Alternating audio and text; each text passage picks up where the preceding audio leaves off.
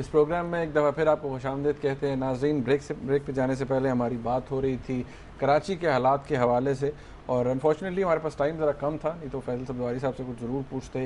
Doctor Zulfikar Mirza ने क्यों कहा था कि गरीब आदमी को मारते हैं, मुझे कोई क्यों नहीं मारता, और रिकन्सिलिएशन की पॉलिसी अगर ना होती तो हर चौक पर एक बदमाश लटका हुआ होता।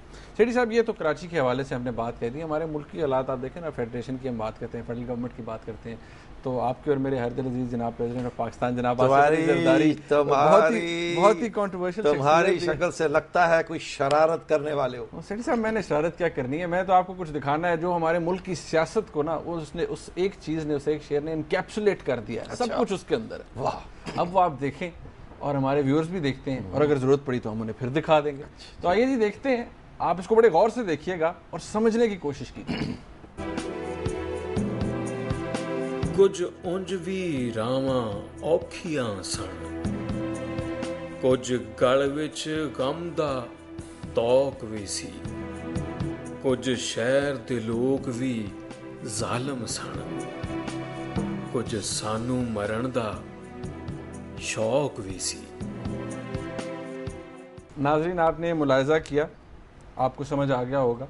अगर नहीं आया तो आप हमें कॉल्स कर सकते हैं, हम ये दोबारा भी रन कर देंगे, एसएमएस भी आप हमें कर सकते हैं। सेठी साहब, अब देखिए कितनी ज़बरदस्त इंटरेस्टिंग बात है कि एंड वाला जो पार्ट है ना वो सबसे ज़्यादा इंटरेस्टिंग है। मतलब है कि वो जो आपने चार तस्वीरें, वो जरदारी साहब के हर दिल अजीज़ क्रोनीस हैं, उनके चाहने वाले हैं, और उनको एडवाइस और इल एडवाइस कर रहे हैं। आपका मतलब ये है कि जरदारी साहब अगर इनकी छुट्टी करा दें तो जरदारी साहब की बचत हो जाएगी। तो मतलब है उन्हें मरने का शौक है, इसलिए उन्होंने ये रखे हैं। एग्जैक्टली। वाह। तो उनका ये कहना होगा कि अगर मैंने इनकी छुट्टी करा दी तो फिर मुझे कौन बचाएगा। अभी सारे इनके ट्रबल शूटर्स यही चाह रहे हैं ना, तो अगर इनकी उन्होंने छुट्टी करा दी तो उनको कौन प्रोटेक्ट करेगा। तो इनके होते हुए अगर छुट्टी बहुत जल्दी होगी तो तो फिर देखना ये है कि कौन आएगा। तो ये जो आएगा ना, फिर वो देखना होगा वो कौन आएगा। अरे चलिए वन बाय वन लेते हैं। देखिए, रहमान मलिक साहब हैं, जरदारी साहब के हमारे इंटीरियर मिनिस्टर हैं। यार आप रहमान मलिक साहब के पीछे, अब उनकी तस्वीर लगी है, स्टार्ट तो सेठी साहब कहीं से करना है ना, वो तस्वीर उनकी लगी हुई है। मैं बाबर वान साहब पे आऊँगा, लतीफ़ खोसा साहब पे आऊँगा, जनाब जुल्फ़िकार मिर्ज़ा साहब पे आऊँगा, तो पहले रहमान मलिक साहब की बात करते हैं। Let's start from the left, top left. तो रहमान मलिक साहब जी, और उनकी वजह से देखिए, उनको पिछले दिनों ने प्रेसिडेंशियल पार्डन दिया है, कोर्ट उन्हें कन्विक्ट करा, कोर्ट ने सजा दी, उन्होंने पार्डन कर दिया, और उस पर भी बड़ा शोर मचा दी कि क्यों किया। अब वजह क्या है? रहमान मलिक साहब कितने अजीज़ हैं जरदारी साहब को? रहमान मलिक साहब उतने ही अजीज़ हैं जितने बाकी लोग अजीज़ हैं। ये तो रहमान मलिक साहब तो जरदारी साहब के क्रोनी थे ही नहीं, ये तो बेनज़ीर भुट्टो साहिबा के क्रोनी थे। जब भी बात होती है तो वो आगे से ये जवाब देते हैं कि जी इनको तो मैंने इनहेरिट किया, ये तो मोहतरमा के सारे लोग थे।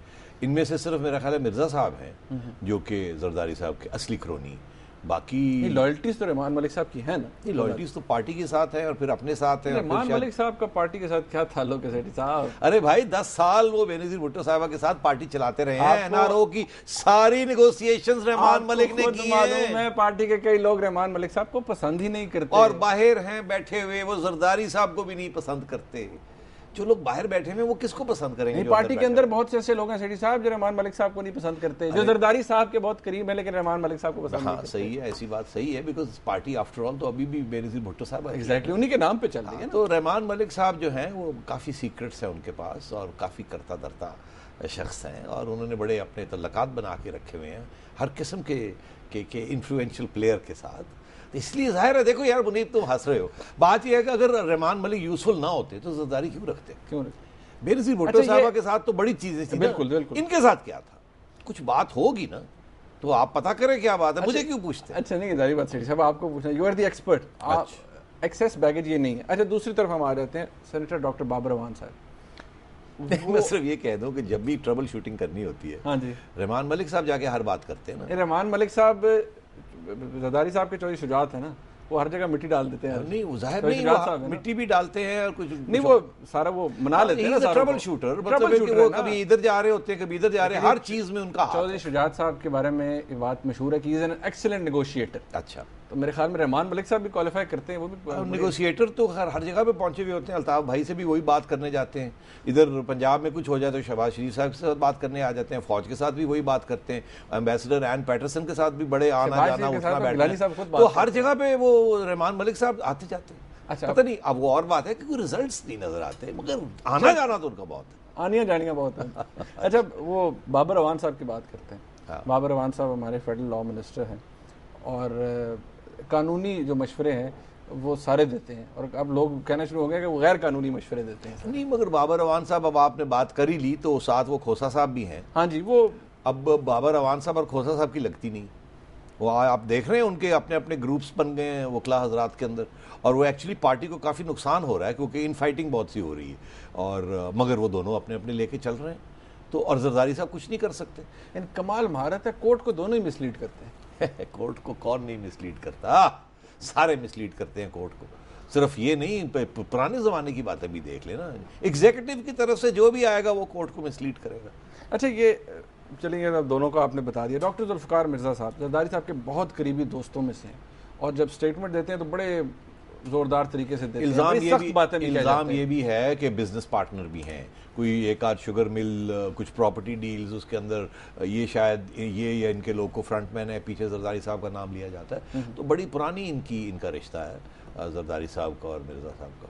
अच्छा सेठी साहब, अब बात वही आ जाती है कि देखा आपने, मूछें भी एक ज़माने में एक ही जैसी होती थी। तो खैर वो अलग बात है। डॉक्टर जुल्फ़िकार मिर्ज़ा की मूछें भी सफ़ेद हो गई हैं, दाढ़ी भी सफ़ेद हो गई है, बुढ़ापा तो फिर आता ही है ना। नहीं आता, जरदारी साहब पर नहीं आ रहा है, माशाल्लाह अभी भी जवान, माशाल्लाह अभी भी जवान है। अच्छा, नहीं सेठी साहब ये बताइए, अब जो बार बार लोग कहते हैं कि जरदारी साहब के मुख्तलिफ जो कॉलम्स लिखे जाते हैं, नहीं कह रहे थे जरदारी साहब, अगर ये जो लोगों के मुख्तलिफ जो ज़ियात हैं उनमें कि ये एक्सेस बैगेज है, जरदारी साहब को बदनाम कर रहे हैं, गवर्नमेंट को ये लोग बदनाम कर रहे हैं, इनसे अगर छुटकारा पा लें तो गवर्नमेंट बच सकती है। तो मुझे ये बताएं, इसमें आप सलमान तासीर साहब का भी नाम लगा दीजिए।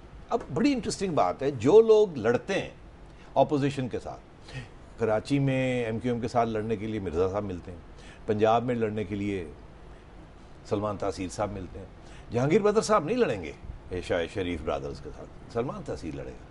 वहाँ अदालतों में कौन खड़ा होता है, सब भाग रहे हैं, कोई इधर भाग रहा है, कोई उधर भाग रहा है, कितने लॉ सेक्रेटरी और अटर्नी जनरल आए गए, एक शख्स लाइक अ रॉक खड़ा है। तो अब आप ओवर माय डेड बॉडी, तो अब आप क्या चाहते हैं कि वो लोग जो जरदारी साहब के लिए खड़े हैं, लड़ रहे हैं, और एक दिन आएगा जब जरदारी साहब हुकूमत में नहीं होंगे तो शरीफ ब्रदर्स जो हैं वो सलमान तासीर के पीछे पड़ जाएंगे, सिंध में पता नहीं कौन किसके पीछे पड़ जाएगा, बाबर अवान साहब तो मेरा ख्याल है मुल्क ही छोड़ना पड़ जाएगा। हम तो मैं ये आपसे कह रहा हूं, अरे भाई, अगर आप लीडर हो, आप भी तो तकड़े तकड़े लोग सामने साथ रखे ना, जो कि लड़ सके ऑपोजिशन के साथ। ये सियासत इसका नाम है। कानून की हुक्मरानी चाहते हैं। अरे भाई, कानून की हुक्मरानी, यार तुम क्या थ्योरेटिकल बातें करते हो। कानून की हुक्मरानी किसने की है आज तक? क्या मियाँ साहब ने की थी? नहीं, मियाँ साहब ने देखा। तो फिर क्या MQM जिसके खिलाफ 4000 केसेस थे NRO के, उन्होंने की थी? ठीक है, आप देखें तो किसने की है कानून की? ANP के ऊपर तो सारी हिस्ट्री में गद्दारी के केसेस लगते रहे, जेलें काटते रहे एज गद्दार। तो मतलब आप किसकी बात कर रहे हैं? यानी कि वो जो आप मिसाल देते हैं हमाम वाली, वो सब ऐसे ही। कानून कोई नहीं, कानून सुप्रीमेसी ऑफ लॉ का फिर कोई कॉन्सेप्ट नहीं है। साहब, we are reaching out to the public, तो फिर क्या आप लोग मायूस हो जाएंगे? कभी लोग तो मायूस हो नहीं जाएंगे, लोग मायूस हैं। सुप्रीमेसी ऑफ लॉ, आप जो हमारे जो लॉयर्स की बात कर लें, उनको अपनी फीसों का पड़ा हुआ है। आप देख रहे हैं लॉयर्स मूवमेंट के जो सारे लीडिंग लॉयर्स थे स्प्लिट हो गए। एक खैर स्प्लिट तो हो ही गए, मगर जो लोग सुप्रीम कोर्ट के आगे पेश होते हैं, इतनी फैट फीस ले रहे हैं, उनके क्लाइंट्स मिल रहे हैं। जो क्लाइंट आता है वो कहता है हमें वो लॉयर चाहिए जिसके सुप्रीम कोर्ट के साथ तल्लुकात है। मतलब आप लेना तो प्रिविलेज है ना। अरे भाई, तो क्या दूसरे लोगों को फीस नहीं मिलनी चाहिए? क्यों लोग भागते हैं इन लोगों की तरफ जिन लोगों ने सुप्रीम कोर्ट की रेस्टोरेशन और लॉयर्स मूवमेंट का हिस्सा थे? आधे वो लोग जो थे, लीडर्स थे, वो जज बन गए, और बाकी जो है जज के हजरात के आगे आके प्लीड कर रहे हैं, और इतनी मोटी मोटी फीसें ले रहे हैं, और पता नहीं ब्लैक में कितनी ले रहे हैं और व्हाइट में कितनी ले रहे हैं। सर, मैं तो सुप्रीम कोर्ट से डरता हूं, मैं तो कुछ नहीं, मैं तो लॉयर्स की बात कर रहा हूं। अच्छा सेठी साहब, यहाँ एक ब्रेक। ये नहीं मैं कह रहा कि वो कामयाब हो रहे हैं, कामयाब नहीं हो रहे, क्योंकि सुप्रीम कोर्ट में चीफ जस्टिस साहब जब तक हैं तो वहां जस्टिस ही मिलेगी। एग्जैक्टली। मगर ये लोग तो they are exploiting the system. Exactly. Sethi साहब, यहाँ एक ब्रेक लेते हैं, और नाज़रीन जब हम ब्रेक से वापस आएंगे तो आपकी लाइव कॉल्स लेंगे, और आप हमें SMS भी कर सकते हैं, वो भी हम पढ़ेंगे। हमारे साथ रहिएगा।